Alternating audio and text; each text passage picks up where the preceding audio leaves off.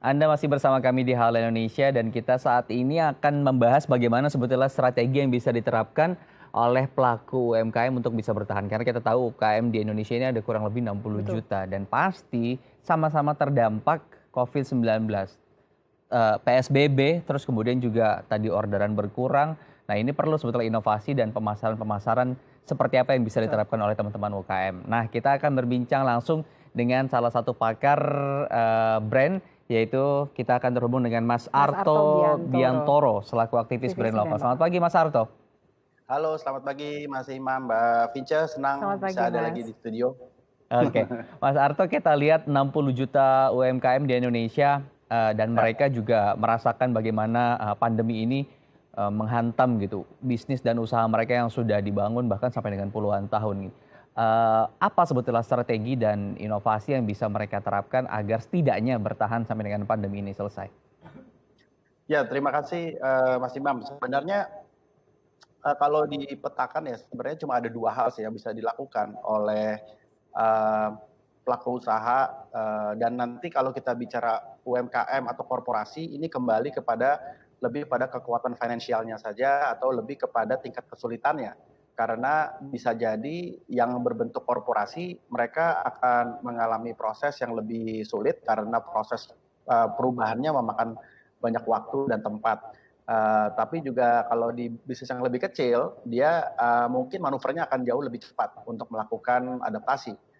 Intinya adalah kemudian uh, bisnis kecil dan besar mereka harus mampu beradaptasi. Nah, kalau kembali kepada sektor UMKM sendiri, sebenarnya cuma ada dua hal yang mereka bisa lakukan. Yang pertama adalah melakukan pivoting. Pivoting artinya bisnis yang selama ini dijalankan kemudian harus diubah sesuai dengan kondisi industri-industri yang sekarang relevan dengan kondisi pandemi.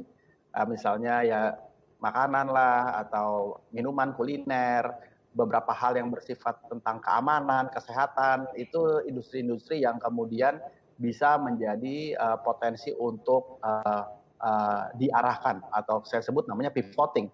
Jadi kalau dulu dia misalnya jualan baju, melihat kondisinya sekarang kemudian tidak terlalu menguntungkan dan punya dampak yang panjang, maka dia bisa pivot menjadi frozen food gitu, makanan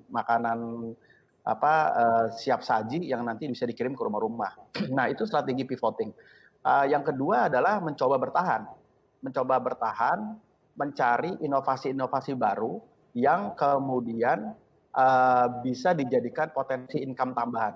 Ini sebagai contoh ya, misalnya industri wedding organizer yang sudah pasti tutup atau berkurang.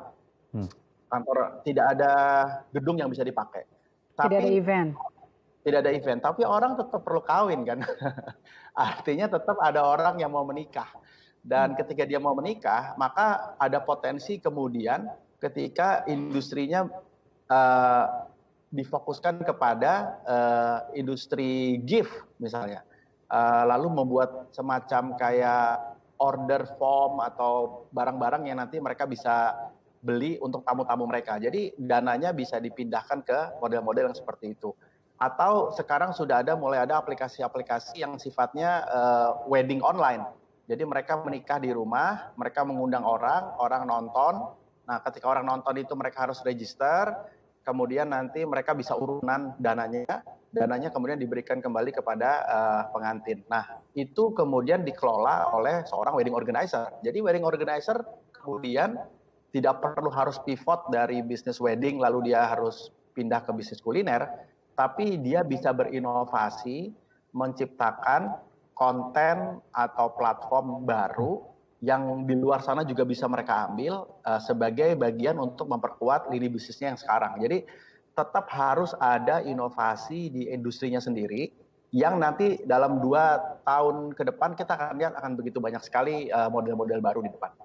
Baik, ya Iya, adjustment sebetulnya ya, adjustment dengan new Betul, normal atau sekarang banyak layanannya adalah wedding new normal gitu ya. betul. Fasenya ditambah tadi 2 jam menjadi 4 jam gitu. betul, betul. Iya, Bisa banget, bisa banget. Sekarang saya punya teman-teman yang kerjanya itu mencari souvenir-souvenir di berbagai kota yang menarik karena biasanya uangnya untuk gedung sekarang mereka mau alihkan ke souvenir. Jadi souvenirnya nggak mau yang cuma 10 ribuan, mereka mau cari souvenir yang harganya 50 ribuan atau yang 100 ribuan.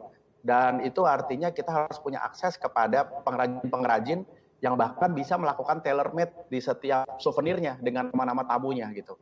Dan itu menurut saya salah satu bentuk inovasi yang bisa dilakukan. Ya, lalu Mas Arto nih, kita kan tahu nih, pelaku usaha kecil sekarang juga ada yang berinovasi melakukan trik yaitu bergabung. Jadi kalau misalnya ada orderan, mereka bisa bagi kue. Nah, ini apa yang harus UMKM lakukan atau perhatikan agar mereka juga tetap mendapatkan untung? Ya, itu yang kita sebut namanya share ekonomi ya, dan biasanya juga share ekonomi bukan hanya dilakukan dengan market tapi juga di antara kompetitor. Dan dalam kondisi yang seperti ini, kembali lagi ya, saya selalu bilang kebaikan akan menang gitu. Jadi mereka yang telah menabur kebaikan, mereka yang sudah punya relasi, mereka yang sudah punya network selama ini pada saat pandemi, itu akan lebih mudah untuk kemudian menelpon teman-temannya dalam industri yang sama, lalu share. Contoh paling sederhana misalnya share kitchen. Kita terima order kopi, meskipun kita bukan pemain kopi, tapi nanti kopinya dibuat oleh teman kita yang memang berbisnis kopi. Lalu kita bundling paketnya antara kopi dengan makanan ringan yang kita punya misalnya. Dan itu kembali lagi kepada relasi yang kita miliki antara kita sebagai pembuat makanan ringan misalnya, dengan si pengusaha kopi tadi. Nah, relasi itu dibangun sebenarnya jauh sebelum pandemi. Jadi saya selalu bilang bagi mereka yang sekarang menghadapi pandemi dan mereka yang telah menabur terlebih dahulu beberapa tahun yang lalu, mereka tetap akan suffer, tapi mereka menikmati kekuatan dari relasi dan network yang mereka bangun selama ini. Karena nanti ujung-ujungnya kembali lagi ke pertemanan. Ini kenal sama siapa, temannya siapa, kamu bisa bantu apa, saya bisa bantu apa, dan akhirnya mereka kolaborasi menjadi sebuah inisiatif yang tadi disebut sama Mas Imam dan Mbak Vinca. Menarik. Saya mau coba tarik ke data sedikit Mas Arto. Kalau kita lihat tidak sampai 10% gitu dari data yang dirilis oleh Kementerian Koperasi dan UMKM, pelaku UKM kita yang bisa mengakses berjualan secara digital masih di bawah 5 juta dari 60 juta pelaku UKM. Bagaimana kita menghadapi fenomena seperti ini di era pembatasan sosial yang ya kita tahu tidak boleh ada masyarakat yang berkunjung baik ke kafe, ke area manapun seperti itu. Bagaimana kita menyikapi fenomena ini, Mas Arto? Ya, itu memang tantangan terbesar kita ya sebagai negara. Artinya digitalisasi UMKM itu adalah sebuah keharusan. Bukan karena sedang tren, tapi memang digitalisasi itu memberikan akses yang jauh lebih luas untuk UKM-UKM mampu berpenetrasi ke pasar-pasar yang tidak pernah mereka bisa reach gitu. Kalau kita justru perusahaan besar yang punya cabang ada di mana-mana, kita bisa kirim ke kantor-kantor pusat kita atau kantor-kantor cabang kita di daerah. Memang belum tentu kita butuh digital dan e-commerce misalnya, tapi hari ini dengan kendala kita yang jauh lebih kecil secara ukuran bisnis, memang menurut saya itu adalah tantangan dan yang harus dilakukan oleh setiap UMKM, yaitu memiliki kanal-kanal digital dan kanal-kanal e-commerce. Nah, permasalahannya kembali lagi kepada biaya sosialisasi, dan itu sangat mahal sekali. E-commerce sudah berusaha untuk melakukan sosialisasi, tapi tidak bisa itu dilakukan secara individu, jadi harus dilakukan secara kolektif. Dan saya melihat sebenarnya selain memang ini tantangan, kita memang dalam proses transisi. Dalam 5 tahun ke depan, kita memang melakukan proses transformasi, baik dari sisi UKM-nya ataupun perangkat-perangkat pendukungnya. Jadi saya tetap optimis dalam waktu 1, 2, 3 tahun, jumlah UMKM yang masuk ke dalam dunia digital harusnya akan semakin banyak.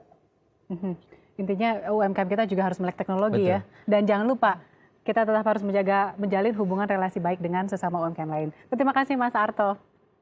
Pemirsa, kami masih memiliki beragam informasi lain, tetap bersama kami di Halo Indonesia.